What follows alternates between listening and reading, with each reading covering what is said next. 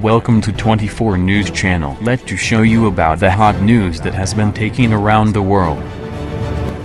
President Donald Trump in a new letter to African leaders says he deeply respects the people of Africa and that Secretary of State Rex Tillerson will make an extended visit to the continent in March, his first in that role. The letter dated Thursday is addressed to African leaders as they gather for an African Union summit this weekend in Ethiopia's capital. U.S. diplomats have scrambled for days to address shock and condemnation after Trump's reported comparison of African nations to a dirty toilet. Trump has said he didn't use such language, while others present say he did. Many in Africa were taken aback by the comments after nearly a year of little attention by the Trump administration to the world's second most populous continent.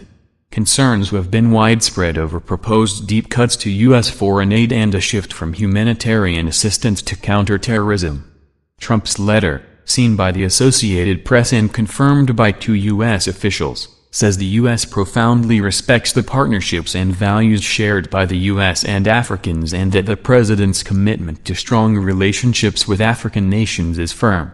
The letter offers Trump's deepest compliments to the African leaders as they gather for Sunday's summit of their 55-nation continental body.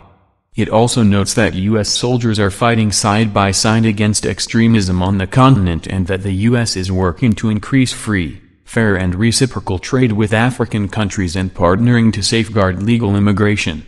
The letter gives no details on Tillerson's upcoming visit. A State Department official said it was expected to include stops in 4 to 6 countries. On Friday, Trump had a rare meeting with an African leader at the World Economic Forum in Davos, Switzerland, calling Rwanda's president and new African Union chair Paul Kagame a friend. For his part, Kagame tweeted, "Had very good bilateral meeting with that real Donald Trump."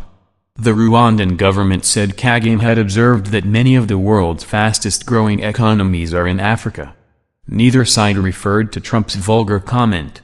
But African leaders are expected to respond to Trump during Sunday's summit. The U.S. will be represented at the gathering by Ambassador Mary Beth Leonard, the U.S. envoy to the O, instead of the traditional high-level Washington delegation. A No spokeswoman has said the organization was frankly alarmed by Trump's remark, and a number of African nations have spoken out or summoned U.S. diplomats for an explanation.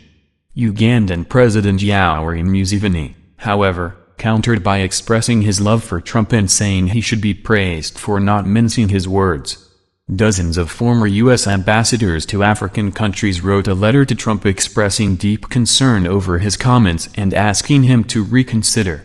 The State Department's Bureau of African Affairs, in trying to calm things down, has tweeted that the United States will continue to robustly, enthusiastically and forcefully engage with African countries.